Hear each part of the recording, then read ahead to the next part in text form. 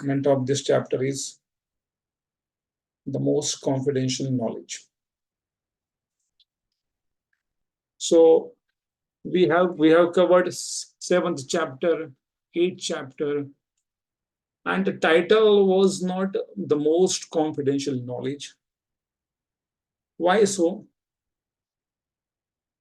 None of the chapters of the Gita are entitled as the most confidential knowledge.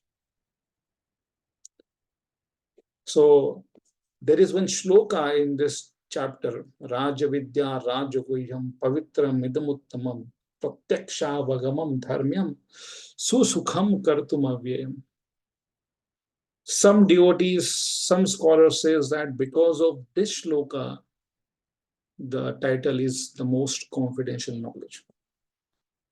But some of the people, like the Vishwanath Chakravarti Thakur, says that Krishna explains of the progression within the Gita chapters as follows, like from the chapter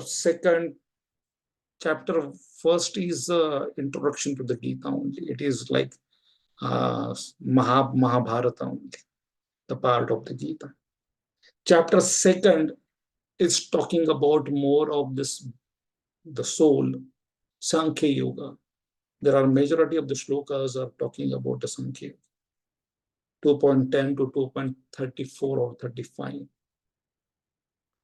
So chapter 2, 3, and subsequent chapters are called as confidential knowledge. The knowledge useful for the attaining me taught. It's like the Krishna is saying that it is like the confidential knowledge means it is comparatively the good.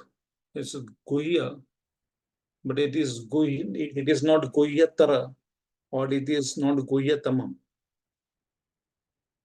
So there is like the comparison between 7th and 8th chapters are talking about how to attain Krishna. And 8th chapter, that is there is 8.14. That word comes, no? Ananya. What is that shloka? 8.14. Many times we have seen that. Ananya Cheta Satatam. Cheta, yes. Smartam Tesha. Tyaham Sulabha Partha. Please remember this shloka. It is very, very important shloka. 8th chapter means this shloka only the Krishna is specifying. And to make it the more understandable way, he is explaining the things more over around this shloka. Ananyascheta yosmarti nityasha tasyam sulabha partha. But this is more confidential knowledge. 7th and 8th is more confidential. There are some themes in the 7th chapter and 9th chapter are matching, where hearing from the Krishna, this theme is 7.1 and 7.2. You must speak. Ashrunu. So here the relationship between Krishna and the material, this is like 9.1 and 9.2 is also talking about the more over the like the hearing from Krishna or hearing about Krishna, like that. 7.4 to 7.12 around, that is Krishna's potency manifested with the matter. Like this 7.4, it is Bhumi Rapo Analo Vayu Khammano Buddhirevacha Ahankariti May Bhinna Prakrashada. And then was Aparaya Mitastu Anya Prakrutim Vidhime Param Jiva Bhuta Mahabaho Yetam Bhariti Jagat. Then the 7.6, 7.7, like these shlokas are talking about the relationship between Krishna and this matter of the material world. The same way, 9.4 to 9.10, it is talking the same line. 7.8 and 7.8 to 11, it is talking about the Krishna's potency. Rasoho mapsu kaunteya prabhasmi shishuryo. Then pranavasharva sarva vedeshu. These shlokas are talking about the Krishna's potency manifested in this material world. Same, that is talking in between 9.16 to 9.20. The Krishna is talking the same line here. Then the same thing is 7.20 to 23. It is about the demigod worship. Which were the shlokas mentioning about the demigod worship? Somebody remembers?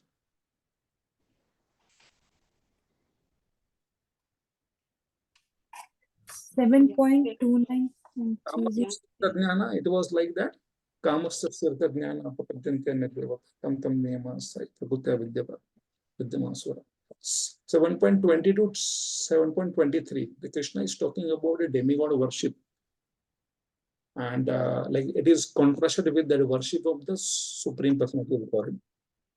Same way here in 9.20 to 9.28, he is again speaking about a demigod worship, and it is how it is contrasted with the Supreme Personality of Godhead.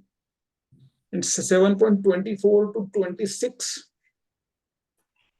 he is talking about impersonalistic knowledge of Krishna contrasted with the devotion.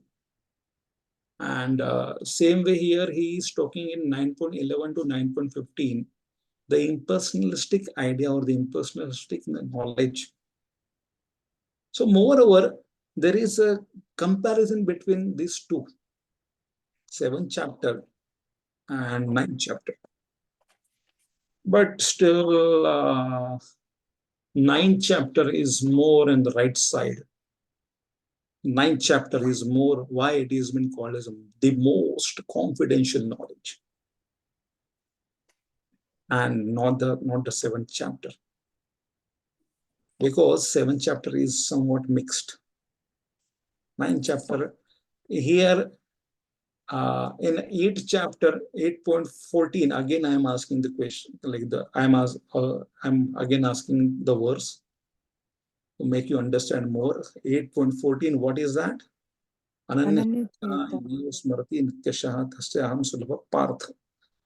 And next line I am just not recollecting, but it is like the more crux is on Ananya Cheta Smriti Nityasha. So that Ananya, the person who is having the Ananya Bhakti, Smriti Nityasha, it is doing constantly and Nityasha always.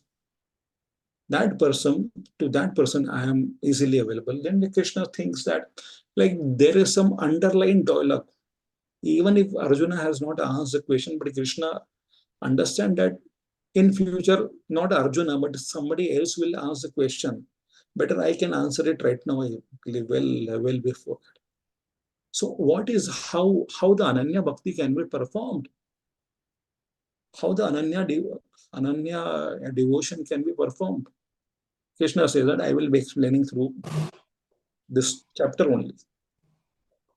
And 9th chapter is called as an Ananya Bhakti chapter. So that's why it is most confidential knowledge. It is talking about Ananya devotion. Ananya, nothing else than Krishna. We don't know anybody else than Krishna. Only Krishna. Nothing less than Krishna. Ananya, Anya. Anya means what in Hindi or in Sanskrit? Anya means what? Others. Anya. No other. No other. We don't know. You are talking something. Na? I don't know who is other. I know you only, Krishna. So Ananya is that 8.14. That is very important. And Krishna is elaborating that. Krishna is elaborating this in the 9th chapter. So today we will be seeing 10 shlokas. So whether it finishes early or late, but we will be covering 10 shlokas. Mostly it will be covering well before on time. Around 8 o'clock we can finish. But I don't know how much time, like in between, I feel it is like more elaboration is required, then I can elaborate more. 30 maximum, 8:45, crossing the limit. Okay. So the chapter 9, the most confidential knowledge. Please read this. I will read, Prabhuji. The most confidential knowledge. Lord Krishna is Supreme Personality of Godhead and the supreme object of worship. The soul is eternally related to him through transcendental devotional service, Bhakti. By reviving one's pure devotion, one returns to Krishna in the spiritual realm. Verses 1 to 3, who is explaining who is qualified to hear about Krishna. And verses from 4 to 10 is explaining about the Achintya Vedavadahara, means relation between the Chit, Achit and Ishvara. And the verses from 11 to 15 are explaining demons, worshippers, and pure devotees. Prabhuji, is it demons, worshippers, or separate words? Which one? This is verses 11 to 15. Demons, yeah, demons. No, demons, worshippers. Demons, worshippers, and the pure devotees. Worshippers are different. Okay, Prabhuji. Yeah. Can you scroll down, Prabhuji? Yeah, sorry. 1 minute. Little up, Prabhuji, verses 16. Yeah. Yeah, verses 16 to 25 is explaining about the Krishna is a supreme object of worship. And verses 26 to 34 is the glories of direct worship of Krishna. Yeah. So we can recite this.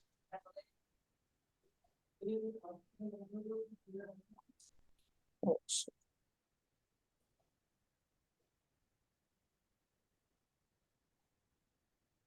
Shri Bhagavan Vacha. Shri Bhagavan Vacha. Idam tu te guhyatamam. Idam tu te guhyatamam Pravakshyami anusuyave. Pravakshyami anusuyave Jnanam vijnana sahitam. Jnanam sahitam Yajñatva mokshate shubhat. Yajñatva mokshate subhat. Please read the translation and Translation. The Supreme Personality of Godhead said, My dear Arjuna, because you are never envious of me, I shall impart to you this most confidential knowledge and realization, knowing which you shall be relieved of the miseries of the material existence. This is Guhyatamam, the most confidential. In the first 3 verses of this chapter, Krishna glorifies this knowledge that he is going to explain. Then he is going to explain his opulence and his energies, which are actually inconceivable. Achintya Shakti. Because by knowing Krishna's Achintya Shakti, his inconceivable and glorious opulences, then that will inspire unanswering devotion of him. So first Krishna is going to glorify the knowledge, then he is going to describe his Aishwarya, his opulence. so I am just would like to explain this. Idam tu te guhyatamam pravakshami anusuyave jnanam vijnana sahitam yajñatva mokshase shubha. So this shloka is talking about 3 points. This is most confidential knowledge. It's like the person who hears about the Krishna or hear from Krishna, moreover hear about the Krishna, he will become more advanced. And pravakshami anusuyave. And the second point, one must be non-envious to hear from Krishna or about Krishna. Anusuyave, it is the word anusuyave means non-envious. This is like the non-envious. And then the third point here, it is one becomes free from the material miseries when he hears properly. Jnanam vijnanam sahitam yat jnatva moksha says. Moksha se. The first one is that this is like one become advanced. Then the second point is anusuyave, non-envious. To hear from Krishna, one has to be non-envious. A person hears, and if he is having the envy, then that hearing will increase the envy. But if he says that no, it is like I am non-envious, and then that non-envious person hears from the Krishna, then the love arises, and he is more advanced. He is becoming more advanced. And then the third point is that like the materialistic miseries, it will be vanquished. Moksha se shubhat. So first of all, like how the hearing is more important, the Krishna is talking about. By hearing about me, then you will become more advanced. That is the most important thing. Tashrunu, the Krishna has spoken in the 7th chapter, but he is elaborating that. Then you will become like the prerequisite for the hearing is the non-enviousness. First, you please become a non-envious. And the third one is that you will be moksha se shubhat. These three things will arise in you. First is a prerequisite. Second one is advanced. And the third one is so moksha se shubhat. That will happen to you.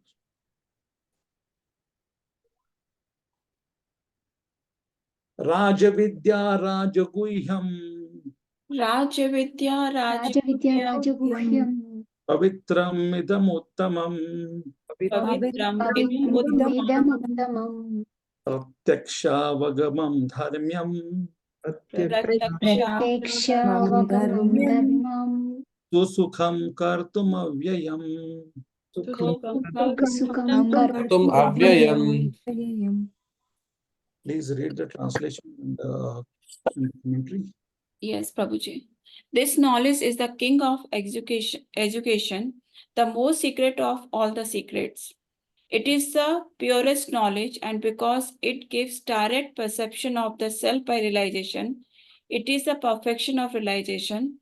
It is everlasting. Sorry, Prabhuji. It is perfection of religion. Religion, sorry.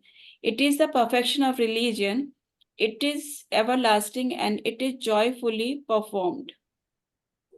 Commentary. Susukam means that brings great happiness, is joyfully performed. And the reason why is joyfully performed is, Prabhuji, can you scroll down? Perform is because one can use his senses in Krishna's service. If one tries to renounce the activities of the senses, that there will be not any joy. It will be dry misery practically. It is very difficult. The process is so glorious, is joyfully performed and avyayam,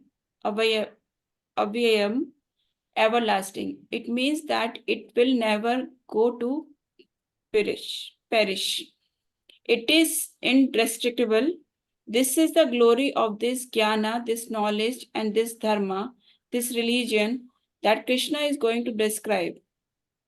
It is easily performed. How it is that? That will be explained later in this chapter, because all you have to do is to offer me with love and devotion, a leaf or water. This knowledge one doesn't have to give it up after liberation, even it is continuously we worship Krishna is everlasting. Rajvidya, the king of knowledge, the wealth of kings, just as a king keeps his wealth hidden, similarly Krishna has hidden this knowledge in the middle of Bhagavadgita. So it is Baldev Vidyabhushan says about this shloka Rajavidya, Rajaguhyam. So it is why Raja has been spoken. So it is a kingly knowledge, and it is very confidential, kingly. King of all knowledge and a king of all confidence. King of all knowledge means it is not for the misers, it is for the king. Those who are performing the devotional service in a very king means it is a brihad, it is the greater person. It is not for any miser. Kripana, it is not for the kripana. So the person who is performing this practice, or he who is executing this, he will not go for the demigod worshippers, like Baldevidya Bhushan says that it is not for the demigod worshippers or any other people, those who are after something or some business with the Lord or with some Devi Devata. For this, Janam Dehi, Dhanam Dehi, Rupavati, Bharya Dehi. This is like high birth, then the wealth, then beautiful woman. So, mama janmani janmanishware bhavatar bhaktir ahetuki tvai. Na dhanam, na janam, na sundarim, kavitam va jagadish kamaye. This is the type of the worship the kingly people or those who are very great Vaishnavas that they will be doing. So it is Rajavidya. It's not for ordinary Kripanas. Then it is Pavitram.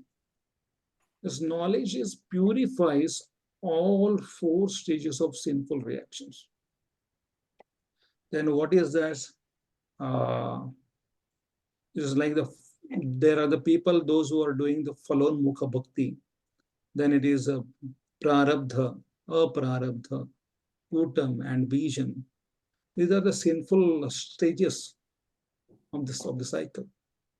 So this, by performing this devotional service, first shloka was talking about the hearing and the benefits of the hearing, or the prerequisites of the hearing. The second shloka is talking about what?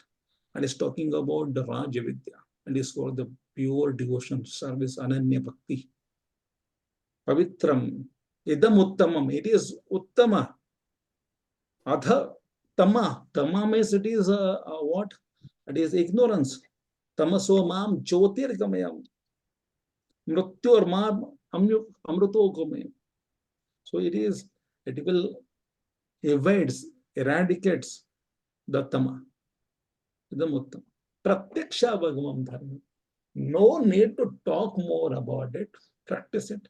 You will get to know what is it. If I tell you and you have not seen, Hare Krishna, some question also. Okay. So if you at all have not seen the Rasgulla, then I am just explaining you that Rasgulla, the white, very lumpy, when we squeeze that, the sweet nectar flows from that, and that is so wonderful to taste. You can just lick it, you can just have some bite, and you will experience the real happiness, the Rasgulla. I may tell you for 10 hours about the Rasgullas, but unless and until you experience that, Pratyaksha Bhagamam Dharma, and it is like the devotion service is a Pratyaksha Bhagamam Dharma. One can experience that. Susukham, it is Susukham. It is not with the heavy heart one can perform. It is very easy to perform. Dancing, singing, feasting, chanting. These are the words where one's face should not be morose. My dancing, singing. It is not like that. Susukham. When you are performing, how much advancement you are doing, that who cares? one saying in Marathi, it is like, Hari Mukhe Mana, Punyachi Ganana Kona Kari. Chant the holy name, chant the holy name. Who cares how many punyas or the pious activities we are getting by this? Who cares? We don't care. It is so sukham. Kartumaya, kartumaya. One should perform that. One should perform that. That is kartumaya. Yeah. The next shloka. Prabhuji, I have a question, Prabhuji. Yeah, When we Mataji. talk about non-envious people, those four kind of people who don't surrender to Krishna are the envious people, or there are, what is the definition of envious, or those who don't follow the scriptures or don't follow the authority of Krishna? Envy means what? Hate and jealousy. That is, we don't feel to hear about that person with a good heart. When somebody is talking about that person, and it is not ashtasattvic vikar are coming from us, but it is like different vikaras are coming. Our eyes, nose, they explains that no, we don't want to hear. It is enough. Why to just glorify that person? So heart is speaking about that. No, I don't want to hear. So that is the envy. Out of envy, we are not able to chant the holy name properly. We are not able to hear the Srimad Bhagavatam properly. Okay. Ashraddhana Purusha Ashraddhana Purusha Dharmasyasya Parantapa Dharmasyasya Dharmasyasya parantapa Parantapa Aprapya Mam Nivartante aprapya mam Mam nivartante Nivartante Mrityu Samsara Vartmani.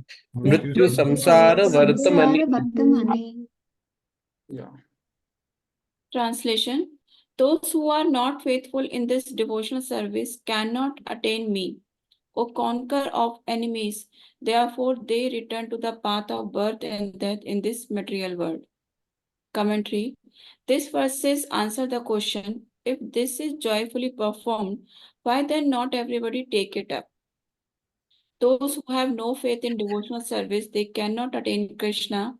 Therefore, they cannot take it up. Those who are envious of Krishna, who want themselves to be God, they cannot take it up. After glorifying this knowledge that is going to be taught, especially in section B and especially in text 4 and 5, Krishna is going to explain his achintya, bheda abheda, relationship with the material world. The faithless cannot attain Krishna despite they repeatedly hear about Krishna. They cannot accept the supreme position of the bhakti because they are faithless. So faith is required. So thus they take the birth again and again in this world. Aprapyamam nivartante. This is, they will be taking again birth because they are the faithless. So those who are, first of all, they are envious, and those who are faithless, they will not achieve or they will not advance. The faithless person will not advance. And then Krishna has now in this shloka, he has finished or completed the glorification of the knowledge. And then he will speak in the next group of the verses 4.10, 4 to 10. So like more about the knowledge, and he will explain by describing this achintya bheda relationship with the matter. So he is talking about the first thing is the knowledge about hearing about him and the benefits of the hearing about him. And then what he will reach like is like the knowledge, Raja Vidya. It is a Raja Vidya for the king's ones. It is not for the miserly people. And the benefits of getting the Raja Vidya knowledge, which is the Raja Guhyam, and which is Pavitram, which will eradicate all the sinful reactions, fraction of the seconds, within the fraction of seconds. So he is explained and he is elaborated on this, but he has made a disclaimer: those who are the faithless, and those who are not having, and those who have crossed over the envy, these people only will get to know what I spoke. Faithlessness is the barrier, and enviousness is also barrier. Please read this. Bhagavad Gita is the essence of all the Vedic knowledge. The middle 6 chapters of the Gita are the essence of the book, and thus they are the essence of the essence. Among the middle 6 chapters, the 9th and the 10th chapter are especially important, and therefore they are the essence of the essence of the essence of all Vedic knowledge. Srila Prabhupada explained the progression of the Bhagavad Gita chapter in his purport to verse 1. The very beginning of Bhagavad Gita, the first chapter, is more or less an introduction to the rest of the book. And in the second and third chapter, the spiritual knowledge described is called confidential. Topics discussed in the 7th and 8th chapter are especially related to devotional services. And because they bring enlightenment in Krishna consciousness, they are called more confidential. But the matter which are described in the 9th chapter deal with the unalloyed, pure devotion. Therefore, this is called the most confidential. 7th and 8th chapter have described bhakti mixed with karma, jnana, and yoga. But 9th and 10th chapter describe pure unalloyed devotional service, ananya bhakti. This pure unalloyed devotional service has the power to overcome the attachment to karma, jnana, and yoga. In order to attain the level of Ananya Bhakti, one should understand Krishna fully.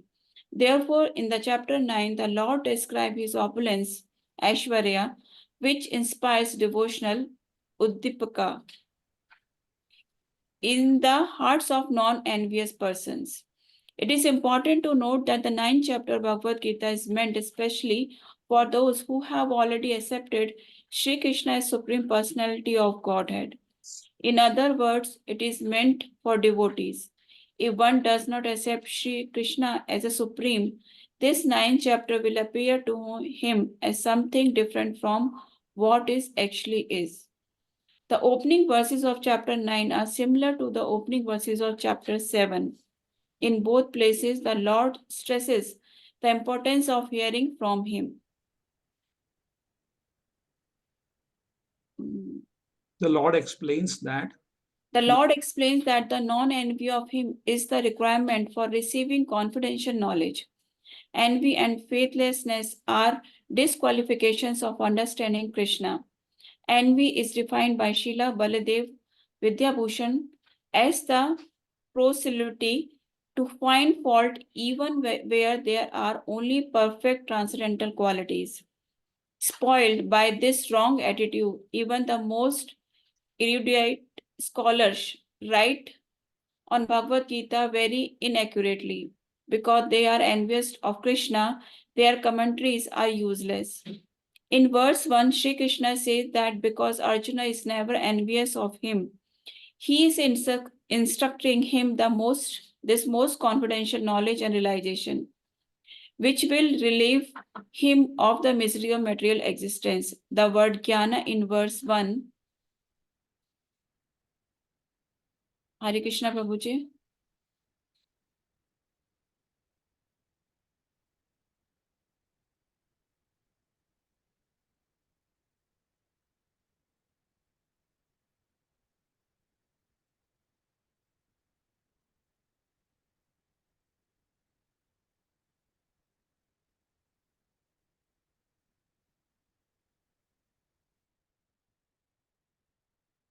Hare Krishna.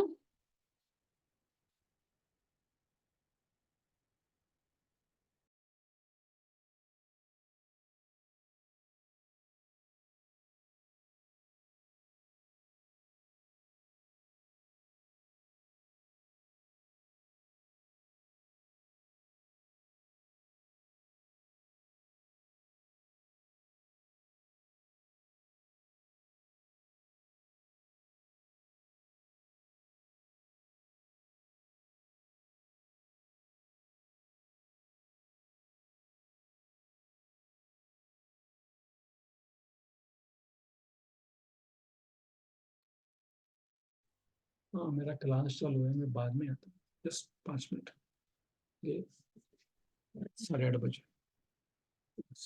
Yeah, sorry. Next page, Prabhuji. The word jnana. The word jnana in verse 1.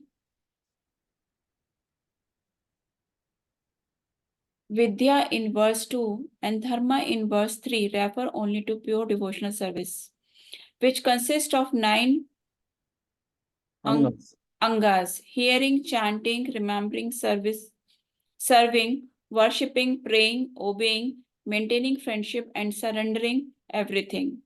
Srila Baldev Vidyabhushan explained in his commentary. The actions of bhakti such as kirtana arises from Chit Shakti, the energy of the Lord which manifests spiritual knowledge and can be thus considered knowledge. In addition, jnana literally means that by which something is known.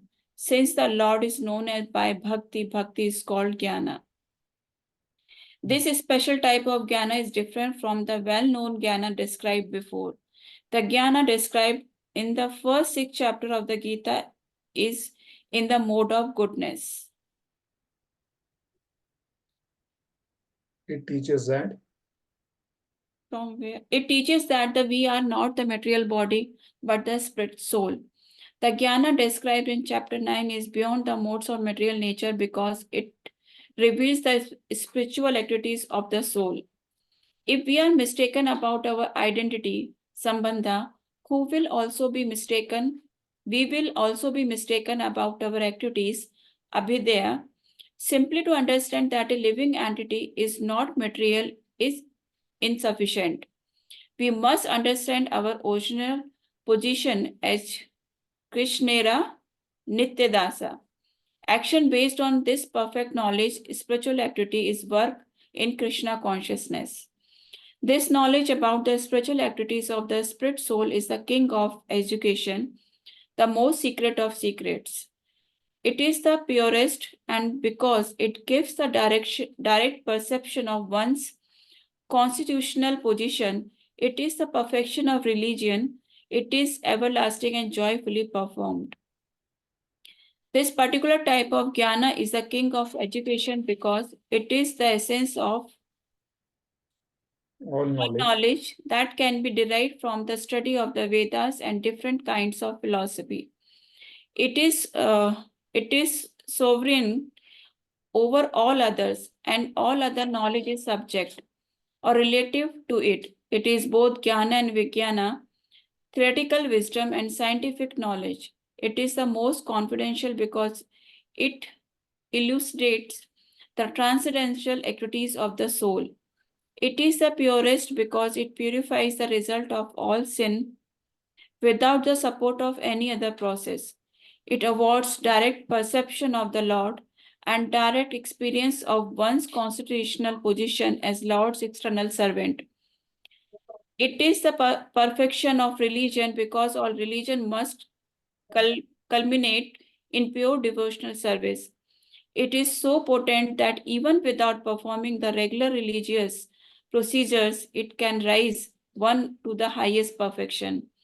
It is happily performed because it does not deny the senses, but rather uses them in their natural capacity, hearing and chanting the glories of Krishna, dancing for his pleasure, honoring prasadam, etc. It is easy to execute because it does not depend on material opulence and can be carried out even in the most poverty-stricken condition. Patram pushpam phalam toyam. It yields results that never perish.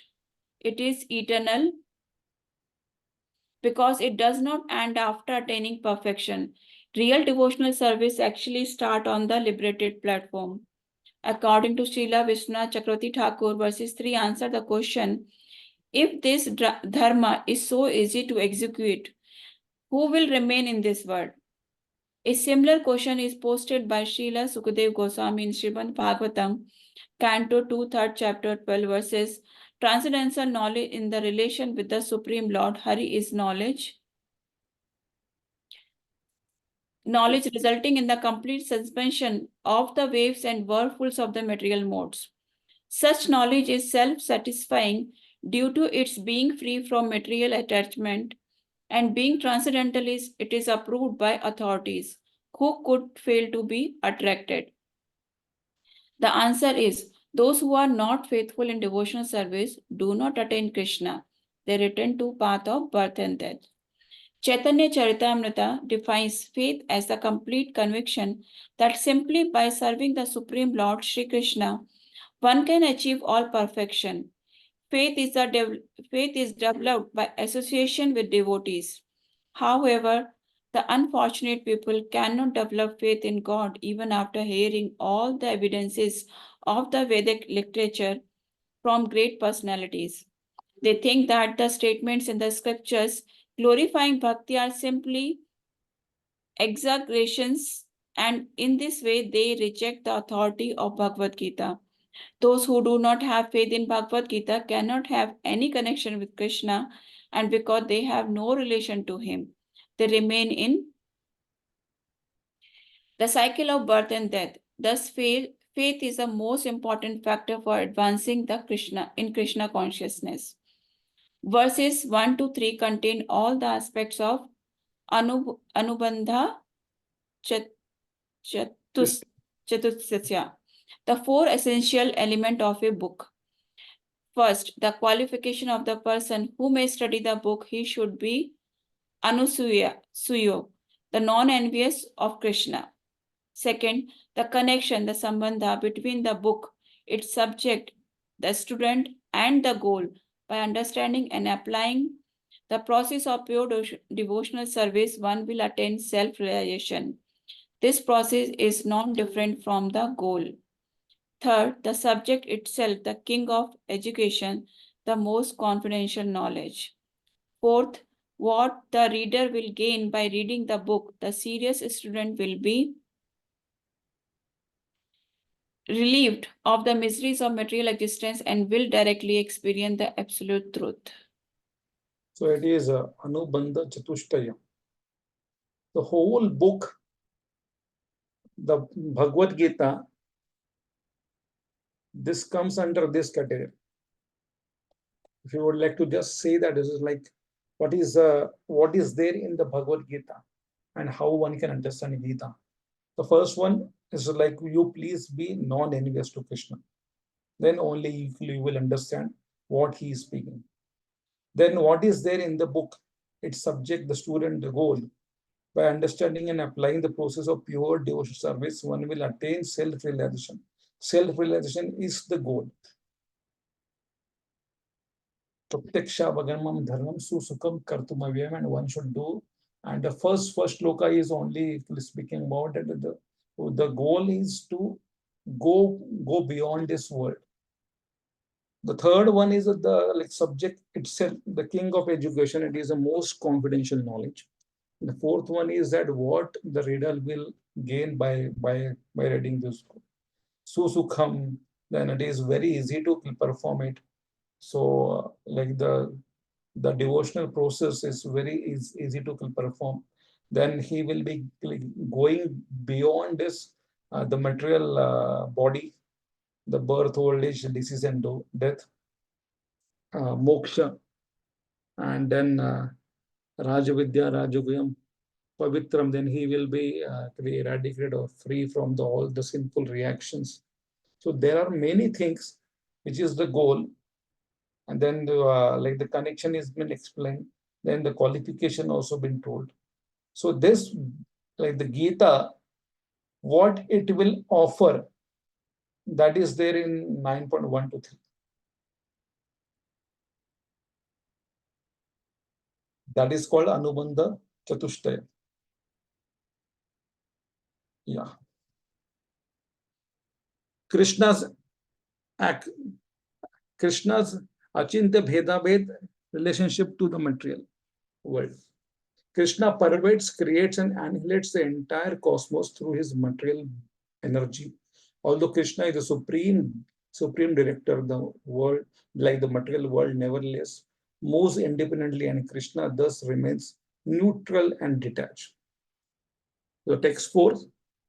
Maya adatam idam sarvam Maya Idam tatam idam sarvam. Jagat Avyakta Murtina Jagat Yad avyaktam avyakta Murtinam murtina. Masthani Sarva Bhutani Mastani sarva bhutani. Nachaham Tesha Vasita. Chaham teshva avastita. Hare Krishna. Voice is coming. నేను already నీకు అలా ఎన్నో ఛాన్స్లు ఇచ్చాను కానీ Who is speaking?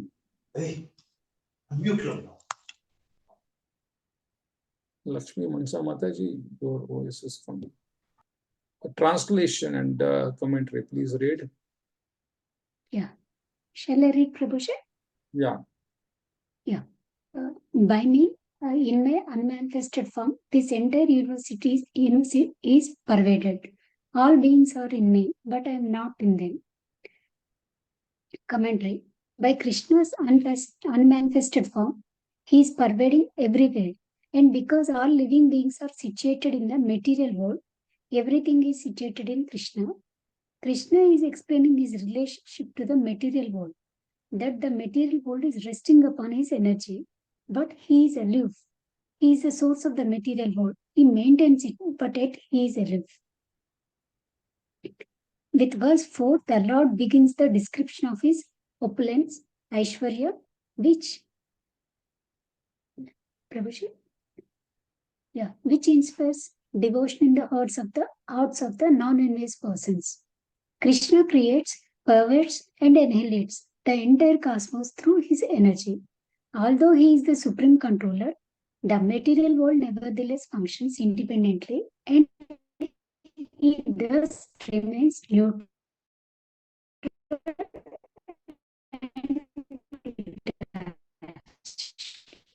There's no difference between the energy and the source of the energy.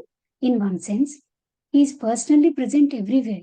Although he is personally present, we can't see him because he can't be seen with material eyes. However, when we spiritualize our senses, we can see him even within the material energy. The energy of the Lord is everywhere, and when we become transcendentally situated, we can see God eye to eye everywhere. The Lord's statement that everything is resting on him, Mastani Sarva Bhutani, in verse 4 should not be misunderstood. Srila Prabhupada explains,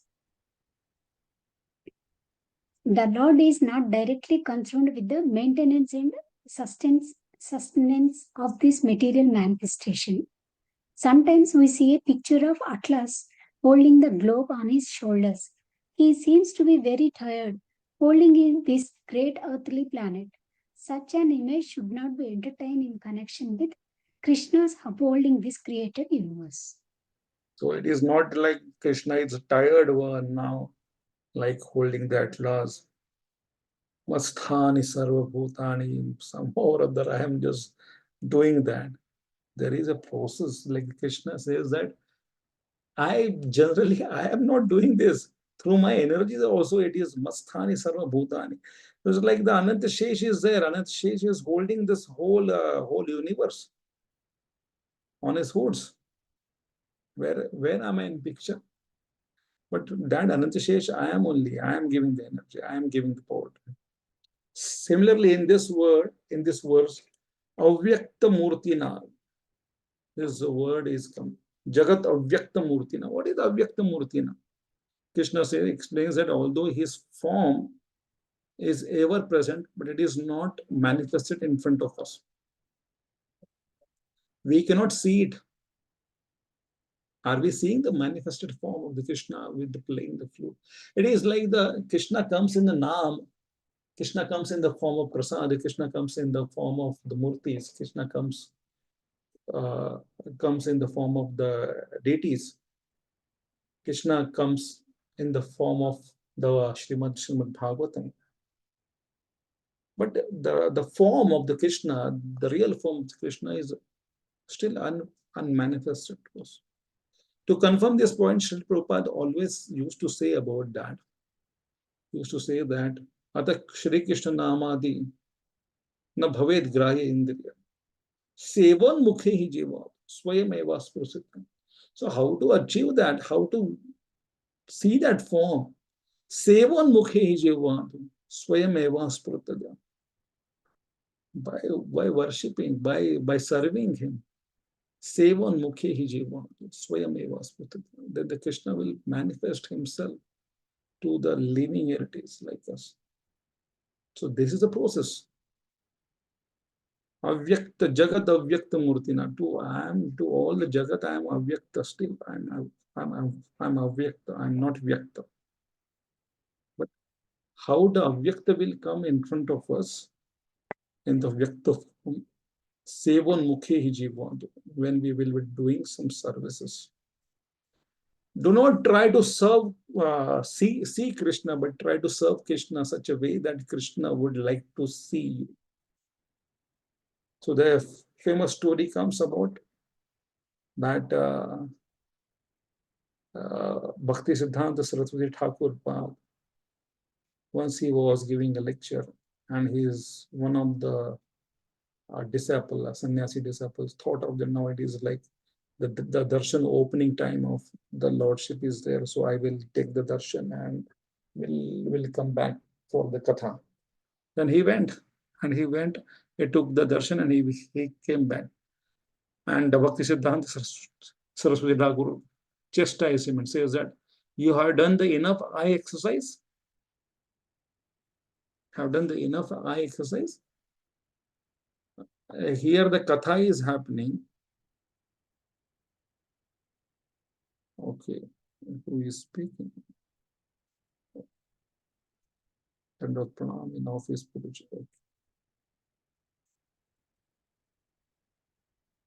So he is speaking in the terms that your spiritual master is giving a katha and directly explaining about the law. Nama, Rupa, Guna, Leela is explained, and the directly manifestation is coming, and you are searching the Lord here and there. All right, you are going to see the deities, but more important to hear Shravanam is very, very important. Shravanam is where it will, in the nine processes, the Shravana is the most important. So that's why it is chosen first. So this is explaining about Avyakta, how the Avyakta, Jagat Avyakta Murtina, how the Jagat Avyakta Murtina will come as a Vyakta Murtina to us by Sevan Mukhi Jiva, those Swayameva Spati.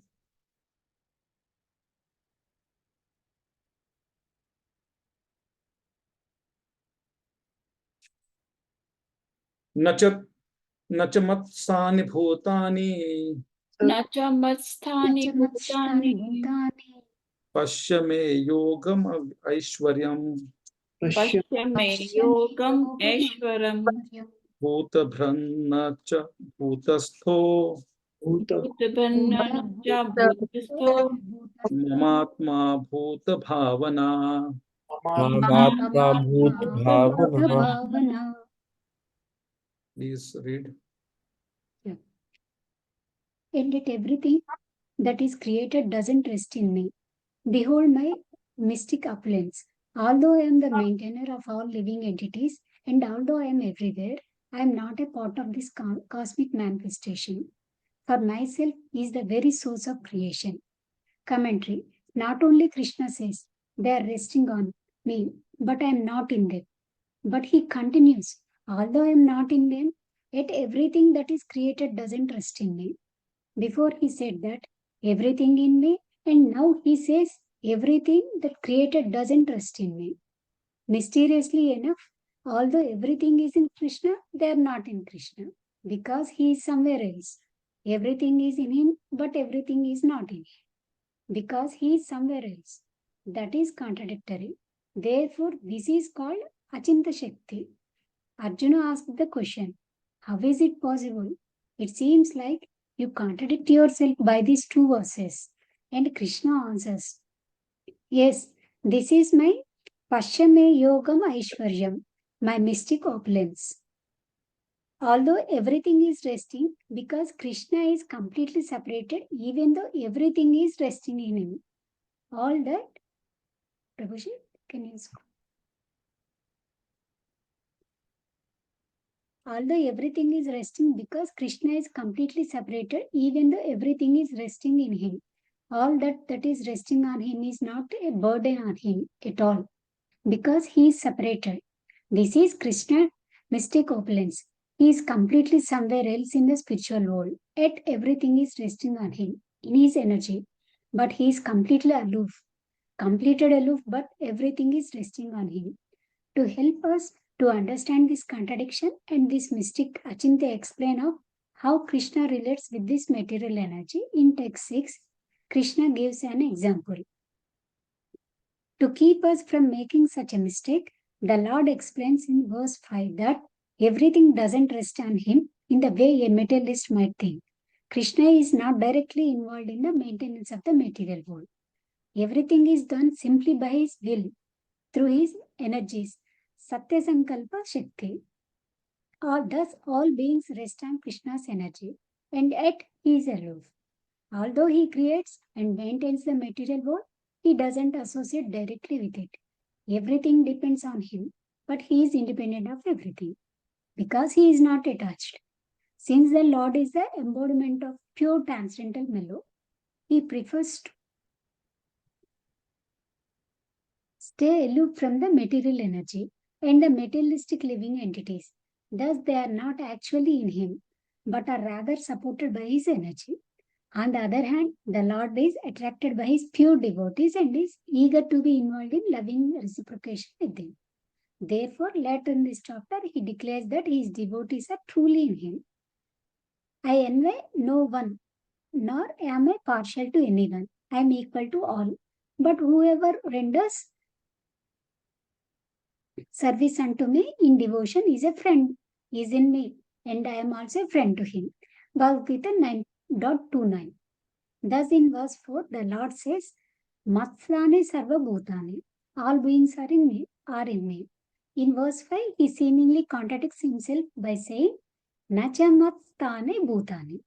All beings are not in me. But in verse 29, he says again, Maite, the devotee is in me.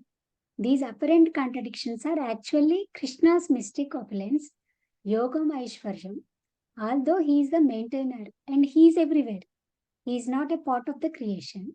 Though he is not obliged to be personally present out of his causeless mercy, he is personally involved in the lives of his devotees. This personal involvement is invoked by pure devotion. Srila Prabhupada explains, his energy is spread all over the universe, all over the world, and by his energy, he can be present anywhere and everywhere simultaneously. The conclusion is, when his devotee is there, he can manifest himself everywhere and anywhere. But when there is no devotee, he is not there, although his energy is there. There are many instances. Prahlada Maharaja saw Krishna from the pillar. Lecture on Bhagavadgita 9.4 to 7, New York 1966. The story of Prahlada Maharaja proves that the Lord's all-pervasiveness doesn't necessitate the loss of his personal existence. The sunshine is the all-pervading expansion of the sun, but the sun still exists. Similarly, although so many units emanate from the Lord, he remains the complete balance. Thank you, Prabhuji. So it is too much contradiction. The Krishna explains through the contradiction. He spoke that Masthani Sarva Bhutani, and then he's speaking in the 5th shloka, Nachamasthani Bhutani. What is this Thani Bhutani? First, he spoke that Masthani Sarva, everything is in me. So this example comes, some devotees gives this example that the proprietor of the company, everything is in him. The company, 2-3 companies he may be having. But Nacha Masthani Bhutani is also there for him. He says that it is everything is mine, But when somebody says that, oh, please, can you just give me one CSR? Then he says that, oh, meet this manager, this person. Don't be a burden on me. Don't just nag behind me. सब मेरा है. कोई अगर आता है, oh, I need this help, then he says that no, it is you can meet this person, and whether it is, and that manager sometimes says that no, it is the CSR fund is over, nothing can be done. Then the person says that no, nothing can be done. He is saying that, so you can just see. Then how can Nachamasthani Bhutani? Now nothing is in you. Then the Krishna says that, but it is not for the devotees. When the owners, some very close relative approaches, says that we need some funds, we are doing this charitable activity, would you like to give? Tell me, he will say that, he will write down one thing, somehow or other arrange, no excuse. I don't want any excuse. And he will be writing down some figure also, 25 lakhs. And then that manager has to see and put his head and says that, oh, no, nothing. So he is inconceivably detached for general people. Krishna says that, let them go through the system. But for my devotee, no, I will put them in my own circle. When they will require, then I will. Ananyaschintayanto mam yo jana paripasate tesham nitya abhyuktana yogakshema mahamyam. That time I will not say that, oh CSR hai kya? That fund is available. No, somehow or other make it available. My devotee is in need. Give him some special facilities. I want it. That they can do with some facilities. Once in some place in America in the olden times, when Srila Prabhupada was there in California's temple, the neighbors were wondered that these people are having the biggest cars, very good facilities. Every time they are enjoying with the very luxurious facilities of the car. So they asked the management, how come you get it? Then this issue went to Srila Prabhupada, and Srila Prabhupada says that, ask them to join us. They will also get it. Like, because Krishna intervenes in the life of the devotees. Krishna intervenes. Oh, he requires, because he is spreading my name. How he can be bereft of such things? He will be getting it to spread the name, to spread, and he knows that how to utilize the facility. So that's what I will be giving much sthani. Nachamasthani bhutani, it is for the general populace, because they will not have the ability to utilize it. And then to explain this apparent contradiction, Krishna is explaining through the analogy in the text 6. Yatha kashchito nityam Yada kashito nityam vayu sarvatra gomaha vayu sarvatra gomaha tatha sarvani bhutani Tatha tada sarvani sarvani bhutani masthaniti upadharaye. mastaniti upadharaya. Yeah. Understand that as the mighty wind blowing everywhere, rests always in the sky. All created beings rest in me. Commentary. Although the living entities are within Krishna and are dependent on him, they are still acting independently. Here is the inconceivable relationship between the living entity and Krishna. Because they are completely dependent on him, the material energy is working according to their desire, yet they are acting independently. If one is completely dependent on someone, can he act independently? But yet the living entity has independence. This is inconceivable. This is because here is the example. As the sky is detached from the wind is blowing in the sky, but the sky is detached. Yet the wind is within the sky and is dependent on the sky for its amount of movement, yet it is independently moving. Similarly, Krishna is detached from the activities of the living entities as the wind is detached from the sky. The question could be then, if this is Achintya Shakti and an example was just given to explain it, how then is it inconceivable? The answer to this is that the sky and are inert. Naturally, there is no attachment. But Krishna and the living entities are conscious. And when something is conscious, it becomes attached to the thing that supports it. And the supporter becomes attached to the thing that it supports.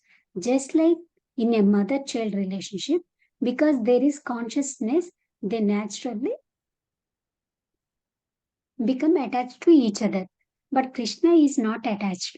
He is beyond the living entity and by his supreme will, he is beyond everything else.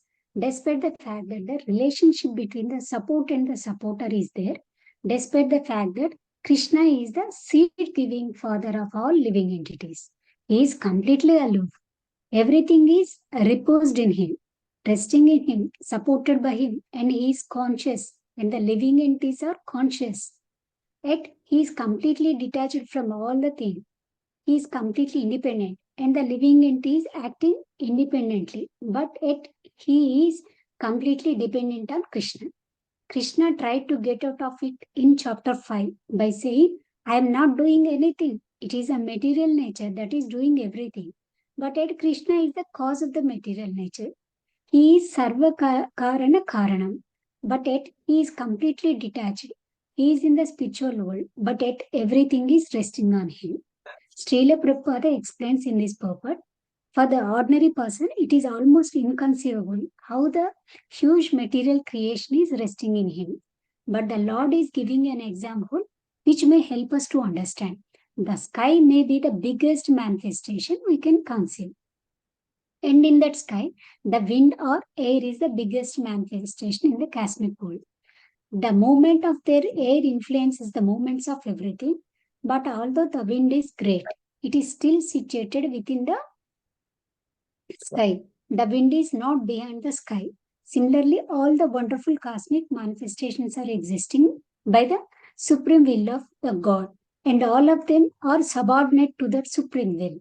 As we generally say, not a blade of grass moves without the will of the God, without of the supreme personality of Godhead. Thus, everything is moving under his will. By his will, everything is being created.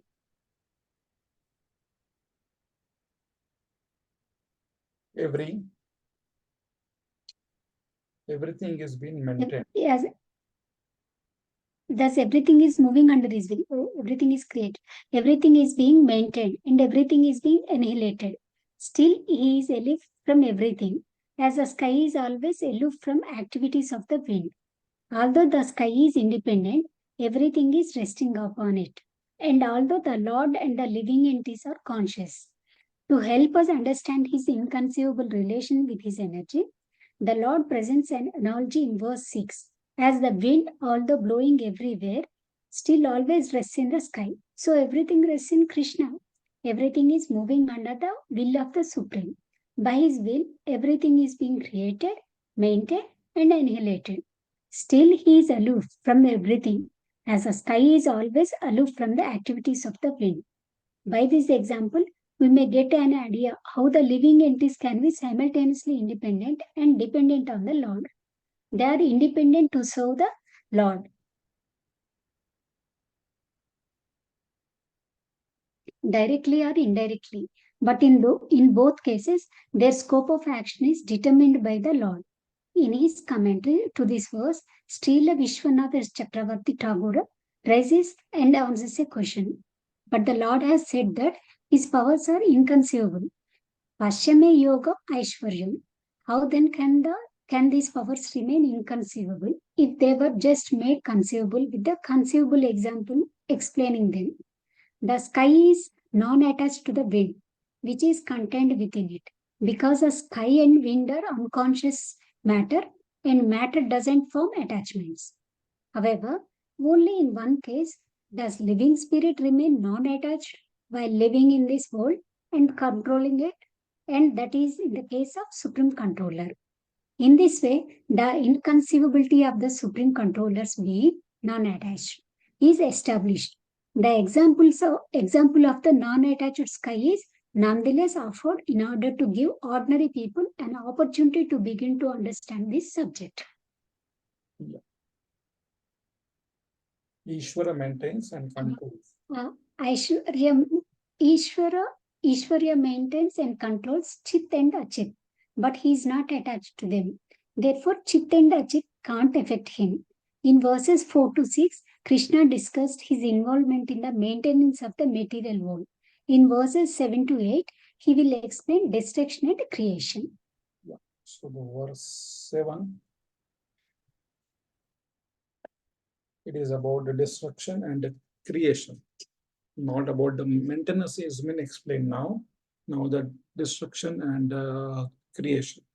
Sarva bhutani kaunteya Sarvabhutani Kaunteya prakritim yanti mamikam Prakriti Prakritim Yanti Mamikam kalpakshaye punastani Kalpastani Punastani kalpadau visrujamiham. Kalpadau Vistujamyaham. Please read this translation. Can I read, Prabhu? Yes. Yes, Mataji. Thank you. O son of Kunti, at the end of the millennium, all material manifestations enter into my nature, and at the beginning of another millennium, by my potency, I create them again. Krishna in texts 4 and 5 explained that everything is resting in him, meaning that everything is being maintained by him. Now Krishna is going to explain how he creates and destroys everything. In this verse and next, Krishna explains this. But one may question, yes, everything is within you, but what happens during the devastation? It is the same truth that everything is within you, Krishna answers. So, O son of Kunti, at the end of the millennium, all material manifestations enter into my nature. So it is the devastation. And at the beginning of another millennium, by my potency, I create them again. So everything is there in me, and I just, at the time of dissolution, everything goes inside me, and at the time of the creation, it is coming out. Yeah. According to Srila Vishwanath Chakravarti Thapura, Arjuna now poses a question. I understand that everything is situated in you, but where will everything go at the time of annihilation? Verse 7 answers, at the beginning of the millennium, Krishna creates the material manifestations, and at the end of millennium, they enter into his nature. But how can he create if he is detached and unchangeable by nature? So that is a question. So that's why the 8th shloka is been spoken. Prakritim swamavastabhya Prakritim Swami Avastabhya visrujami punah punah Sridhyami Puna Puna bhutagramam imam krishnam Bhuta Gramam Imam Krishnam avasham prakriter vasat. Avasam Prakriter Vasat. Please read. Translation. The whole cosmic order is under me. Under my will, it is automatically manifested again and again, and under my will, it is annihilated at the end. Krishna shows again how he is detached. Everything happens automatically, but yet under his will. This is another contradiction. Krishna enters and empowers the material world to act independently. He is aloof and yet he is all-knowing. Prabhuji, can you scroll, Prabhu? And yet, Yeah. And yet he is all-knowing, and yet things work independently. He is omniscient, he is omnipotent, and yet the things happen automatically. This is Achintya Bheda Bheda Shakti. If Krishna wasn't inconceivable, if he was finite, then he would not be God. Next question is, Krishna is performing so much work. He is creating, he is maintaining and annihilating anything, but he is not bound. Why? The answer is, the Lord creates the material world not directly, but by his will through his potency of Prakritim. Thus, he can create and remain unchangeable at the same time. Shakti Parinama Vada. Although he uses his energy for the work of creation, he is independent from her. Sripad Madhavacharya explains in his commentary to verse 8, the Lord's making use of Prakriti for this purpose is only by way of sport. Just as a person strong enough to walk by himself without support sometimes carries a stick while walking. The Lord is aloof and omniscient at the same time. The creation takes place, Prabhu? The creation takes place automatically, and yet everything is under his control. Although he himself does not create or destroy, the material nature acts by his desire. The whole cosmic order is under him, and by his own will, he creates and annihilates again and again. This is a manifestation of Krishna's mystic opulence, Yogam Aishwaram. Srila Prabhupada writes in the purport to verse 8, men, animals, beasts, birds, everything is simultaneously created because whatever desires the living entities had at the last annihilation are again manifested. The state of being in their past life, in the past creation, is simply manifested again, and all this is done simply by his will. This is the inconceivable potency of the Supreme Personality of God. And after creating different species of life, he has no connections with them. The creation takes place to accommodate the inclinations of various living entities, and so the Lord does not become involved with it. The Lord is not bound by his work of creation because bondage arises from attachment to action. Since all his desires are fulfilled automatically without the need of action, he is not attached to action and therefore he is not entangled. So he is not entangled and he is not bound to do all sort of things. But it has been done. So it is not that he has to do it. It is not that. It is like the creation and devastation. He has to do it. No, it has been done. It is not he is bound to do it. Nachamam tani karmani Nachamam tani न च मां तानि कर्माणि nibadhanti dhananjaya निबद्धन्ति Dhananjay udasina vadasinam Udasina उदासीन वदासीनं asaktam teshu karmasu. Ashaktam असक्तेषु कर्मसु. O Dhananjaya, all this work cannot bind me. I am ever detached and all these material activities seated as though neutral. Since the living beings receive the results of their previous pious and impious activities, the Lord cannot be considered unjust. He is situated neutrally like an indifferent person who is not affected by the happiness and distress of the quarreling parties. This is confirmed in Vedanta Sutra 2.1.35. The Lord has no partiality or cruelty because the pleasure and pain suffered by the living entity is caused by their karma, so the scriptures declare. Still, the Lord is not completely neutral because complete neutrality would forbid any sense of doership by him. Therefore, he says, I am situated as if neutral. Udasinavad. One should not misinterpret the Lord's neutrality as inactivity. Srila Prabhupada explains in the purport to verse 9, one should not think in this connection that the Supreme Personality of Godhead has no engagement. In his spiritual world, he is always engaged. In the Brahma Samhita 5.6, it is stated, Atma Ramasya tasyati prakritya na samagamaha. He is always involved in his eternal, blissful spiritual activities, but he has nothing to do with these material activities. So, like Krishna has explained that karmanye vadhikarasya mahaphaleshu kadarchana. Krishna is also explaining that this is like I'm doing this as a as I have to do. Is like the person who is dutifully in a detached spirit does his work, then he is not attached with the reactions of that, or he is not attached with the fruits of that. The Krishna says, I'm also doing it very detachedly. So I'm not attached with the activities or the results of that. So that I am the way that shloka I am explaining in my own example only.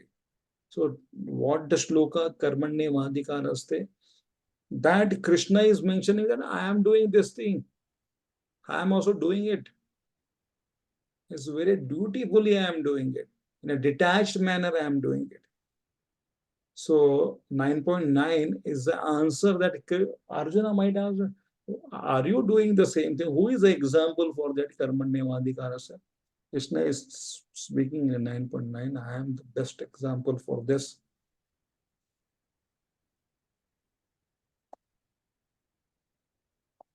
Mayadhyakshena prakriti Maya Maya Dhyakshena Vikshena Prakriti suyate sa characharam Suyate Suyate Sacharacharam Characharam etunanena kaunteya Etunani Hetunanena Kaunteya Kaunteya Kaunteya jagat viparivartate. Jagat Jagati Parivartate. Parivartate. This material nature, which is one of my energies, is working under my direction, O son of Kunti, producing all moving and non-moving beings. Under its rule, this manifestation is created and annihilated again and again. Mayatyaksha means under my eyes. Everything is happening under Krishna's superintendence, yet he is independent of everything. The example of Maharaja Ambarisha illustrates nicely this point. He was residing in Mathura, the capital of his empire, and his occupation was doing puja all day long. Yet simply by his presence, everything was going on nicely in all the Empire. Prabhuji, All the empire. you have to scroll Prabhuji. Yet simply by his presence, everything was going on nicely in all the empire. Prabhuji, I can't see it. Oh, I can scroll down. Yes, Prabhu. In all the empire. Srila Prabhupada says in his purport, because he glances over material nature, there is undoubtedly activity on the part of Supreme Lord, but he has nothing to do with the manifestation of the material world directly. This example is given in this Spriti. When there is a fragrant flower before someone, the fragrance is touched by the smelling power of the person. The smelling and the flower are detached from one another. There is similar connection between the material world and the Supreme Personality of Godhead. Actually, he has nothing to do with this material world, but he creates by his glance. Prabhuji, can you scroll? And ordains. In summary, material nature without the superintendence of the Supreme Personality of Godhead cannot do anything. Yet, the Supreme Personality is detached from all material activities. Krishna is doing everything by his Achintya Shakti. In text 11 and 15, section C, Krishna is doing this and is so wonderfully powerful. He is doing it with just a fragment of his energy. Then why people don't surrender to such a powerful personality who's making everything work and yet completely aloof? The answer is in the next text. In verse 10, the Lord further explains his inconceivable position of being an indirect controller of everything. The material nature is one of Krishna's energies working under his direction. All moving and non-moving beings are produced under its rule. In his commentary, Srila Vishnu Chakravarti Thakura gives the example of a king who, although aloof, controls the whole kingdom through his ministers. Just as the ministers are incapable of doing anything without the presence of the king sitting on his throne, unconscious matter cannot do anything without the directorship of the Lord. Verse 10 is further clarified in Bhagavadgita 14.3, where the Lord says, the total material substance called Brahman is the source of birth, and it is that Brahman that I impregnate, making possible the birth of all living beings, O son of Bharata. The material nature is sometimes called Brahman because Brahman is the cause of the material nature, and in one sense, there is no difference between the cause and its effect. But Bhagavan Krishna is the ultimate source of Brahman. The Lord impregnates Brahman in the form of material nature with the seed of Brahman known as the Jiva. Thus, the supreme Brahman, Sri Krishna, is identical with both the Jiva and Prakriti in that they are all Brahman. In this sense, the Vaishnavas are pure monists. In his purport, Srila Prabhupada summarizes the relationship between the Lord and his energy. Because he glances over material nature, there is undoubtedly activity on the part of the Supreme Lord, but he has nothing to do with the manifestation of the material world directly. This example is given in the Smriti. When there's a fragrant flower before someone, the fragrance is touched by smelling power of the person. Same. Yet, yeah, Prabhu, same thing is being repeated. Srila Prabhupada and Bhakti, Baldev Vidyabhushan is Ah. so it is like the Maya Dhyakshanam is, it is Adhyaksha, it is like the dominating personality is required. Even if the king, like the Ambarish Maharaj, like the example has been given, he was doing always engaged in the yajna. But he was the king by his dominance. The citizens were actually obeying the rules. There was the system. So the Adhyaksha was there. So Adhyaksha was knowing the things, but Adhyaksha was not directly involved in the managerial activities, but he was overseeing it. Everything was being understood to him. Like everything was being reported to him. The same way that Krishna is saying that it is like I'm having the controllership, but I have given a controllership to the different personalities. I'm not directly day-to-day activity. I'm just taking care of this. I'm that king where I enjoy in my dham and the people reports. So that is the system that Krishna is following. Hare Krishna. So the next shlokas 11 to 20 we will be covering next time. Somebody is having some questions they can ask. Here only we are ending up. Are there any questions?